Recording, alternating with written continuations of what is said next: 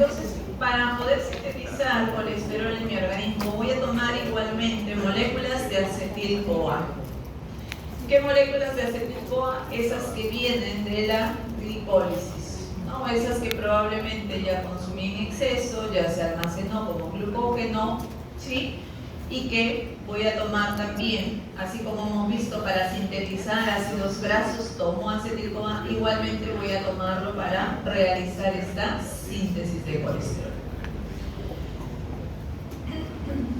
Voy a utilizar también como agente reductor el NADPH, así como vimos en la formación de ácidos grasos, y la síntesis, ya sabemos, principalmente en el hígado y en ese hepatocito, pues se realizará en el citosol y parte en el retículo endoplasmático.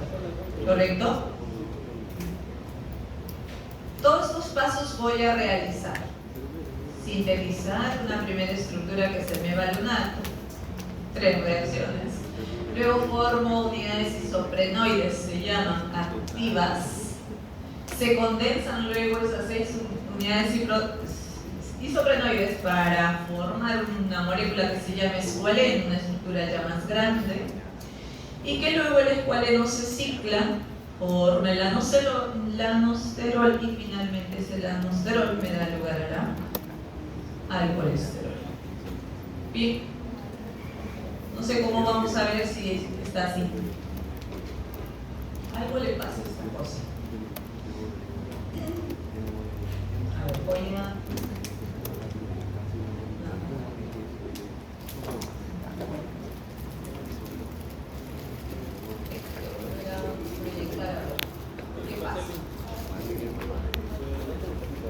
Moléculas de acetil-CoA decíamos, ¿no? Condenso 2 moléculas de acetil-CoA, formo acetoacetil-CoA. Recuerden que ya vimos la vía de la cetogénesis y es un tanto parecido, ¿ok? Pero la cetogénesis, ¿dónde se realiza? ¿En qué parte de la célula, no? ¿Citosol o mitocondria? Citosol a nivel mitocondrial. La formación de ácidos grasos se da a nivel de citosol. Y también estamos viendo que la formación del colesterol parte en el citosol y luego en el retículo endoplasmático, ¿ok? Entonces, pero prácticamente estoy viendo lo mismo que la cetogénesis, porque también allí formo acetoacetil-CoA. Nuevamente otra molécula de acetil-CoA se incorpora a esta estructura mediante la hidroximetilglutaric-CoA sintasa, que también lo he visto en la cetogénesis, y formo este compuesto, beta-metilglutaric-CoA. El paso de beta-metilglutaric-CoA a mevalonato requiero de una enzima que se llama hidroximetilglutaric-CoA reductasa. Esa enzima es importante porque acá, sobre esta enzima, se va a dar la regulación de la síntesis de colesterol. Requiero en este paso al NADPH como agente reductor, 2 NADPH, ¿correcto? Y cuando utilizamos fármacos para personas que sufren de hipercolesterolemia, en las cuales requiero, ¿no?, de que los niveles de colesterol disminuyan, pues justamente los fármacos actúan a este nivel, inhibiendo la hidroximetilglutaric-CoA reductasa. Fármacos de la familia de las estatinas, por ejemplo, la lovastatina, ¿no?, que se usa para reducir los niveles de colesterol. La simvastatina también es otro fármaco de esta familia. ¿Ok? ¿Quién está llevando fármaco? Estoy mirando, pero no quiero decir su nombre. Hay varios, ¿no? Bueno.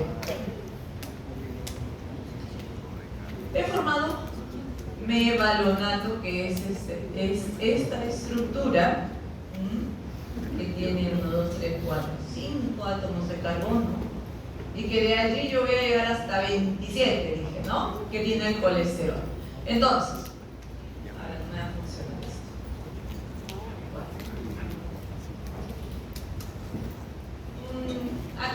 acuérdense un poco lo que les he dicho, que la vía es muy similar a la cetogénesis, de que en la cetogénesis yo también formaba cetoacetil-CoA, que requería además de la hidroximetilglutarico-CoA sintasa, pero en este caso vendría a ser una hidroximetilglutarico-CoA sintasa mitocondrial, porque esta es citosólica, ¿ok? Y luego también les he dicho que en este punto es donde se controla, en la enzima hidroximetilglutarico-CoA reductasa, es donde se controla la vía de síntesis de colesterol. Bien. Ok, entonces ahora lo que sigue, ya formado el mevalonato, que lo tengo acá, voy a formar lo que se llaman las unidades isoprenoides activas, que no es otra cosa que fosforilar esta molécula del mevalonato. Si se dan cuenta allí, sufre 3 fosforilaciones sucesivas, por lo que voy a requerir 3 quinasas también, porque yo sé que las quinasas fosforilan, ¿no? En este caso, mevalonato sinasa, con ayuda de un ATP, ha introducido un grupo fosfato en este extremo. Otra sinasa, fosfomevalonato sinasa se llama, porque este compuesto que se está formando es el fosfomevalonato, con ayuda de ATP igualmente se fosforila acá, nuestro grupo fosfato. Entonces tengo el 5-pirofosfomevalonato. Y luego otra sinasa me está fosforilando esta estructura, pero en este OH allí ha entrado un grupo fosfato. 3 fosforilaciones sucesivas sucedieron para llegar a este compuesto: 3-fosfo, 5-pirofosfomevalonato. 3-fosfo, carbono 5, pirofosfato, mevalonato. Bueno. Luego sucede una descarboxilación, por lo que requiero de una descarboxilasa que va a sacar este grupo carboxilo como molécula de CO2, pero también me va a sacar este grupo fosfato. Y la estructura me va a quedar de esta manera, como el delta 3 isopentenilpirofosfato. Hablo de que esta sería una unidad isoprenoide activa, dice acá. ¿Ok? Que esta unidad isoprenoide, fíjense, tiene 1, 2, 3, 4 y 5 átomos de carbono. ¿Ok? Entonces lo que continúa es lo siguiente.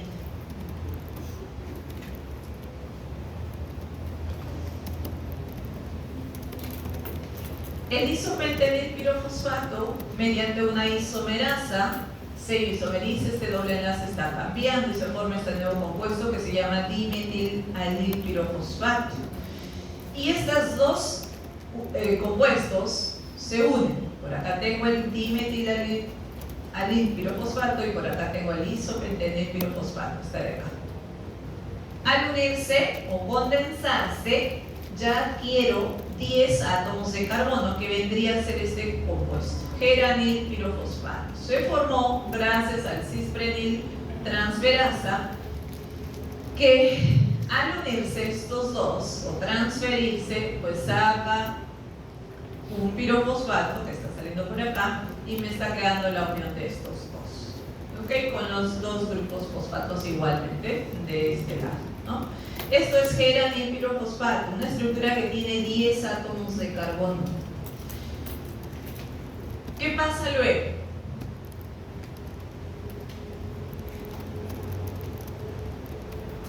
Geranil, acá está, de 10 átomos de carbono, se une a otro geranil de 10 átomos de carbono. ¿Y qué? Perdón, a un isopentenil. Si geranil de 10 con isopentenil se unen, que isopentenil tiene 5, ahora tengo 15 átomos de carbono, que es el farsenilpirofosfato. 15. Más otro farsenil, que son 15, al unirse tengo 30 átomos de carbono. Y fíjense, esa estructura es como que es larga, que luego voy a ver que se contrae para tomar esa forma de lo que va a ser la molécula del colesterol, que es lo que estoy viendo acá, ¿no? Ese es el escualeno. Hace rato lo vimos muy lineal, pero está adoptando esa forma de lo que va a constituir esa molécula. Pero previo a que se cierre o se cicle esa estructura, actúa una escualeno oxigenasa, forma este epóxido, el escualeno 2,3 epóxido, con ayuda de NADPH y oxígeno. Y luego ya se cicla. Recién se va a ciclar a través del óxido escualeno lanosterol ciclasa y formo el lanosterol que les decía que va luego a dar origen al colesterol. Esta estructura del lanosterol se parece al colesterol, pero tiene 30 átomos de carbono. Y el colesterol decíamos que tiene 27 nada más, por lo que tiene que suceder lo siguiente, y las siguientes reacciones suceden ya en el retículo endoplasmático, en el cual del lanosterol voy a convertir en 14-desmetil-lanosterol, porque sucede que los grupos metilos que están en el carbono 14 y en el carbono 4 se van a eliminar. A ver, acá tengo carbono 14, un grupo metil, y en el carbono 4 tengo también ahí grupo metil. Entonces, del lanosterol, para que forme 14-desmetil-lanosterol, este grupo metilo sale. Y sale como un ácido fórmico. Ahí se va. De 14-desmetil-lanosterol, para que se convierta en simosterol, se están eliminando los dos grupos metilos del carbono 4 y están saliendo como moléculas de dióxido de carbono. Para eso es requerido de oxígeno. Sale como 2 dióxidos de carbono y lo que tengo es el simosterol. Y ese simosterol luego, para llegar a colesterol, sucede lo siguiente. Como este simosterol tiene un doble enlace acá entre carbono 8 y 9, esos carbonos van a cambiar de posición a la posición 5 y 6, ¿no? Mediante una isomerasa termina en la posición 5 y 6, formando demosterol, y luego demosterol, que es el 24-deshidrocolesterol, que tiene un doble enlace con el carbono 24, se reduce a un simple enlace y se forma el colesterol. Este paso, catalizado por la enzima 24-reductasa, el cual también existía este fármaco antiguamente, el triparanol, para inhibir este proceso de síntesis de este colesterol. Y hacía o era utilizado para disminuir los niveles de colesterol en el paciente que tiene hipercolesterolemia, pero este fármaco salió del mercado por tener efectos teratogénicos y ya no se utiliza más. Ok. Bien, hemos acabado esa síntesis del colesterol. Y colesterol, además de la síntesis de novo y además de lo que yo ingiero en los alimentos, hay otra forma de obtener colesterol en mi organismo, y es a través de las LDL, las lipoproteínas LDL. Eso también hace que aumente. ¿Qué más hará que incremente los niveles de colesterol libre en mi organismo? Estos son los factores que incrementan, dice, la concentración de colesterol libre en mi organismo. Primero, la vía de síntesis de novo que acabamos de revisar, ¿correcto? Luego, la hidrólisis de los ésteres de colesterol intracelular por la colesterol éster hidrolasa. O sea, si esa enzima actúa, va a liberar colesterol, ¿no? De lo que estaba esterificado, liberará el colesterol y separará del ácido graso. Entonces, el colesterol libre aumenta. ¿Qué más? El aporte dietético de colesterol también va a aumentar, y la captación de lipoproteínas de baja densidad mediada por receptores, regulación al alza de los receptores LDL.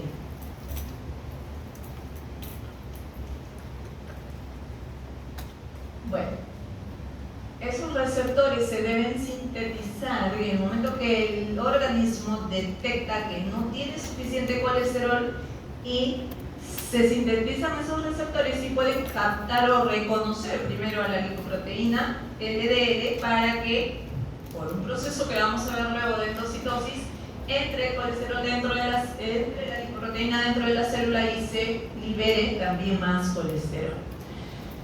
¿Qué factores van a reducir las concentraciones intracelulares de colesterol libre? Acá lo inverso, ¿no? Que se inhiba esa síntesis de colesterol, la síntesis de nuevo de colesterol, que ahora vamos a ver cómo es que sucede. Regulación a la baja del receptor LDL también para no tener más colesterol a partir de esa lipoproteína. La esterificación del colesterol por la CYP-CoA colesterol aciltransferasa, también promover esa esterificación, disminuirá por lo tanto esa concentración. Luego la cesión de colesterol desde las células a las lipoproteínas de alta densidad. Ceder el colesterol al HDL también hace que los niveles de colesterol libre disminuyan. Finalmente, la conversión de colesterol a ácidos biliares y a hormonas esteroideas, que hemos dicho para eso requiero, ¿verdad? Ese colesterol también hará que disminuya.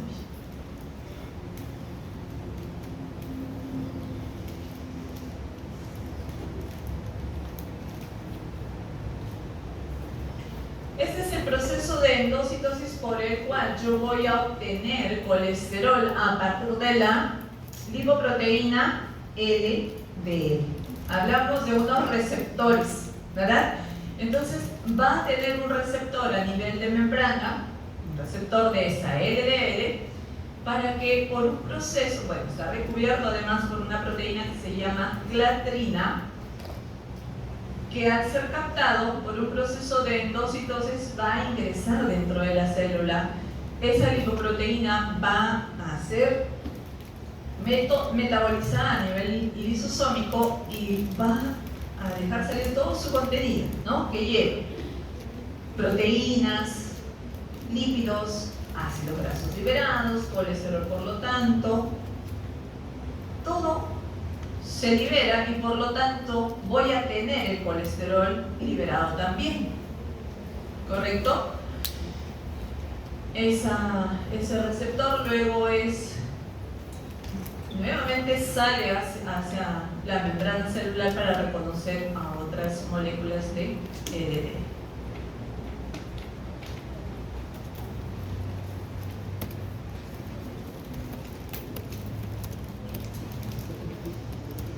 ¿Cómo se regula la síntesis de colesterol? Primero vamos a decir que hay una proteína que se llama proteína 2 de unos elementos reguladores, que es esta, la SREPP2, la cual en el retículo plasmático se encuentra de esta forma, que tiene un extremo carboxiterminal y un extremo amino terminal. Entonces, que normalmente esta debe migrar hacia el aparato de Golgi para que se hidrolice en dos y se libere la parte N-terminal, la cual va a promover que se sintetice los receptores LDL a nivel nuclear y también se sintetice la hidroximetilglutaril-CoA sintetasa. De tal manera que si existe el receptor de LDL, yo voy a poder obtener a partir de las proteínas LDL más colesterol, ¿no? Todo esto va a suceder cuando los niveles de colesterol en mi organismo han disminuido. Igualmente, al sintetizarse esta hidroximetilglutaril-CoA reductasa, se formará, ¿no?, el mevalonato a partir del acetil-CoA y finalmente llegará a transformarse en colesterol por esa vía que hemos visto antes. Pero ¿qué pasa cuando los niveles de colesterol han aumentado en el organismo? Y no debo sintetizar más colesterol. Entonces este proceso se inhibe de tal manera que las altas concentraciones de colesterol impiden que esta proteína vaya hacia el aparato de Golgi, se hidrolice, se active o se sintetice los receptores y la enzima hidroximetilglutarico. Y por lo tanto, no debo sintetizar más colesterol. Bien. También las hormonas, ¿ok? Las hormonas van a regular esta síntesis. Se supone de que yo he dicho de que voy a utilizar las moléculas de acetil-CoA que vienen, ¿no?, de esa glicólisis probable que se hará. Y en esta situación la hormona que se va a secretar es la insulina. Correcto. Entonces la insulina, por lo tanto, va a activar a esta enzima, a la hidroximetilglutarico-CoA reductasa. Por lo que se va a formar mevaronato y se va a dar esta vía de síntesis de colesterol. En cambio, cuando estamos en un estado de ayuno, ¿no?, de inanición, el glucagón es secretado, el cortisol, y por lo tanto el glucagón lo que va a hacer es inhibir a esta enzima, porque mi organismo requiere energía, porque esas moléculas de acetil-CoA más bien las necesito para obtener energía y no se puede dar este proceso. Entonces, la hidroximetilglutarico-CoA reductasa se inhibe. Ya no se forma mevalonато, ya no se va a formar más colesterol. Bien. Altas concentraciones de colesterol también van a hacer que por retroalimentación inhiban a la hidroximetilglutarico-CoA reductasa para que no se sintetice más colesterol.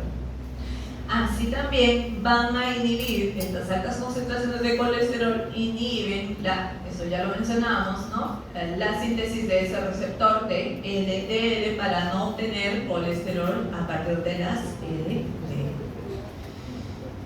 ¿Qué más va a suceder acá? Es que estas concentraciones altas de colesterol activan a la CAT para que se reesterifique, se convierte en colesterol esterificado y los niveles de colesterol libre disminuyan también. Bien, cuando hablamos de que glucagón e insulina activan o inhiben este proceso, lo va a realizar de la siguiente manera. Si es el glucagón quien es secretado porque tengo niveles bajos de energía y hemos dicho que este proceso más bien no se debe dar, ¿cierto?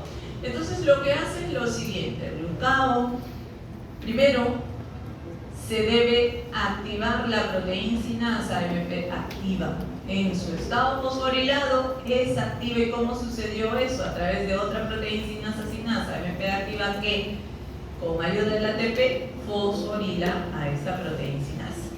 Y luego, activada esta proteína sinasa, fosforilada a su vez a la hidroximetilglutarico-CoA reductasa, ¿no?, con ayuda de ATP.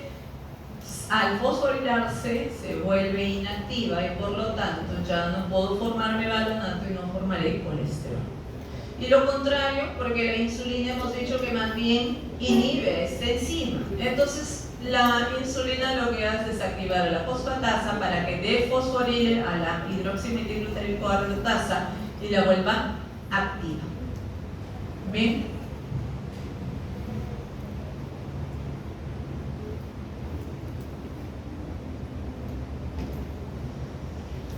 Bueno, entonces, ese colesterol, para que sea eliminado de nuestro organismo, no se puede metabolizar, como hasta les decía, ¿no?, y convertirse en productos de desecho como CO2 y agua, no. Pero sí se puede convertir en otros compuestos como las hormonas, como las sales biliares. De esa manera lo voy a eliminar de mi organismo.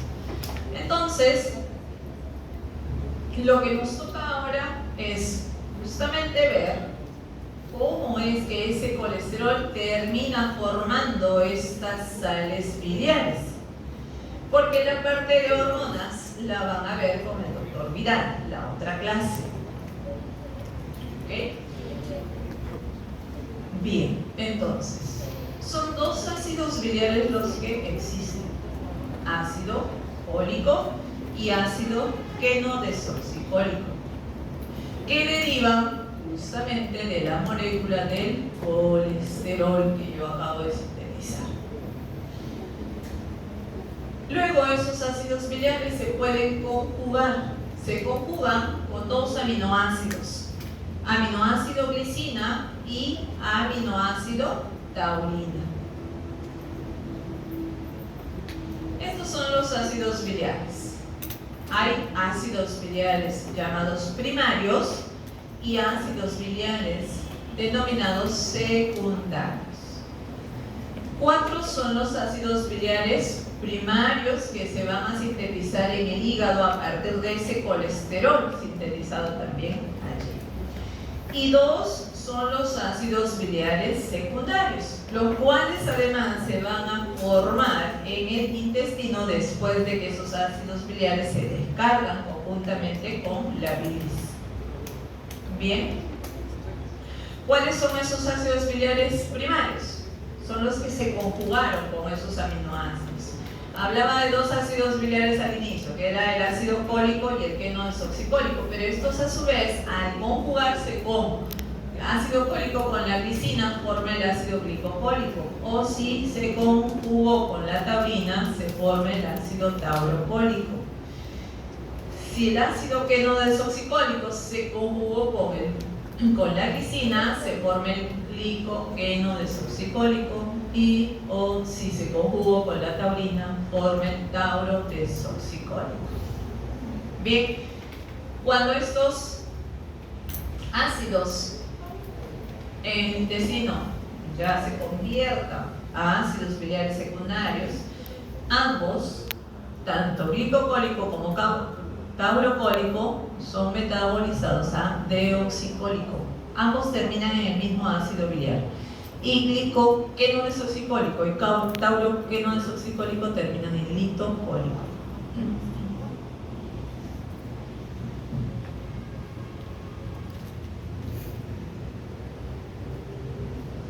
Para su vía de síntesis yo requiero de una primera enzima que es la 7-alfa hidroxilasa.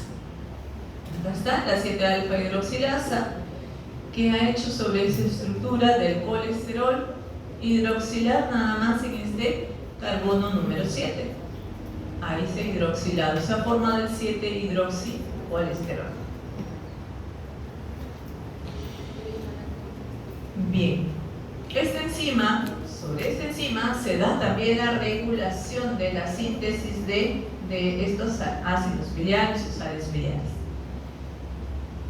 Porque cuando empiezan a aumentar la cantidad de ácidos biliares, se inhibirá a su vez esta enzima 7-alfa hidroxilasa para no formar más ácidos biliares. Y a su vez, si es que se requiere formar más de estos, se activará esta enzima mediante el aumento también de colesterol que hay en el hígado. Y se sintetizará, por lo tanto, estos ácidos biliares. La 7-alfa hidroxilasa depende de vitamina C y utiliza como agente reductor al NADPH. Así que en las deficiencias de vitamina C se puede ver afectada también su síntesis de estos ácidos biliares.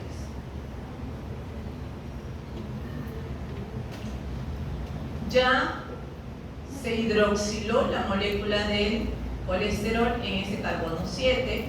Ahora de esta estructura de la 7-hidroxicolesterol van a derivar el ácido cólico por un lado y el ácido queno-desoxicólico por el otro lado. ¿Cómo está sucediendo esto? A ver, por este lado actúa la enzima 12-alfa hidroxilasa. Si dice 12-hidroxilasa, quiere decir que va a introducir un OH en el carbono 12. Y eso es lo que está sucediendo acá, que en el carbono 12 ha ingresado un hidroxilo.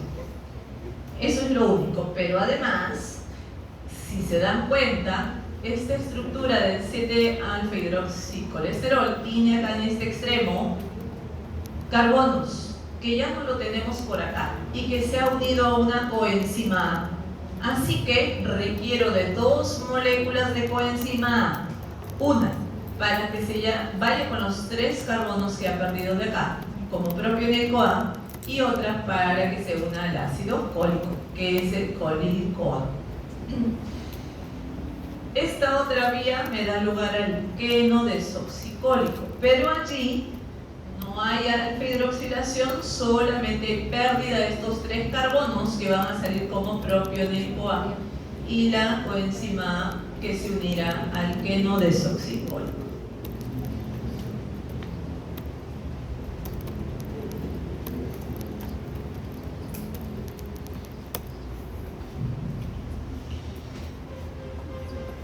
Bien, estos ácidos biliares, como les dije, tienen que conjugarse con 2 aminoácidos.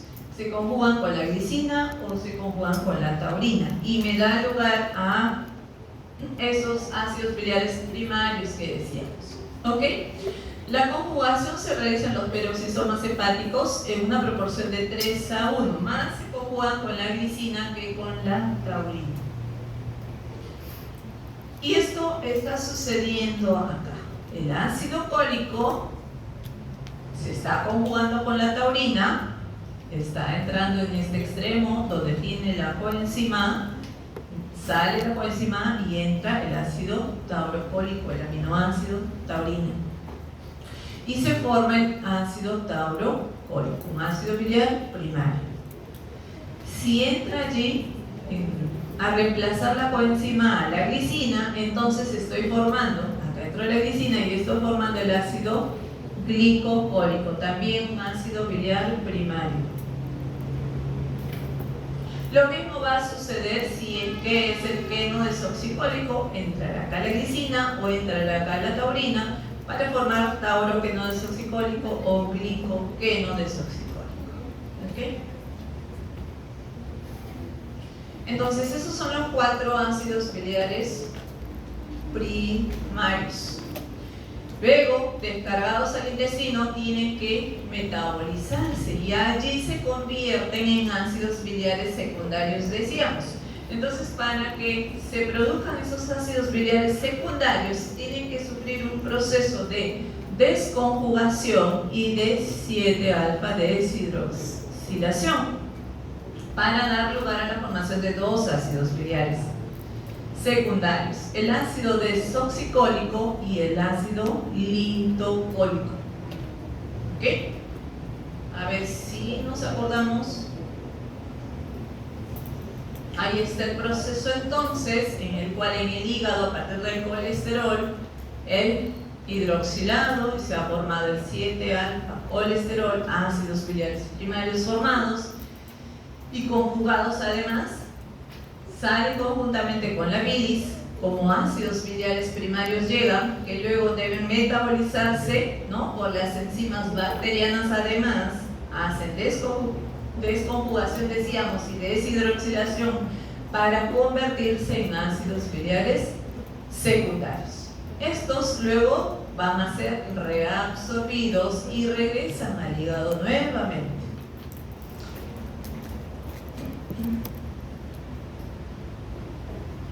Cuando hablamos de desconjugación y deshidroxilación, ¿y por qué terminan ambos ácidos biliares en uno solo? ¿No? Ambos ácidos biliares en uno solo. Lo que va a suceder acá es que este ácido biliar primario, el ácido taurocólico, primero se desconjuga, sale el aminoácido. De este también, del glicocólico también saldrá el aminoácido. Y luego se deshidroxila, o sea que en este carbono 7 que tiene el hidroxilo, y acá también lo tiene, ya no va a tenerlo acá, ya no está. Entonces las estructuras van a ser las mismas finalmente, ¿no? Y este nuevo ácido biliar que deriva o del taurocólico o del glicocólico siempre termina siendo el desoxicólico, ácido biliar secundario. Lo mismo acá, salen los aminoácidos y además sufre una 7-alfa deshidroxilación, o sea que también tiene el mismo hidroxilo, ¿ok? En el carbono 100. Por eso es que termina de la misma manera ambos como ácido litopol, ácido biliar secundario.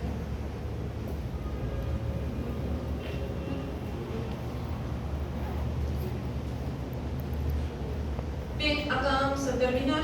Entonces, estos ácidos biliares sintetizados a partir del colesterol que se sintetiza allí en el hígado a través del conducto biliar conjuntamente con la bilis van a ser secretados para que ayuden a la emulsificación de esas grasas.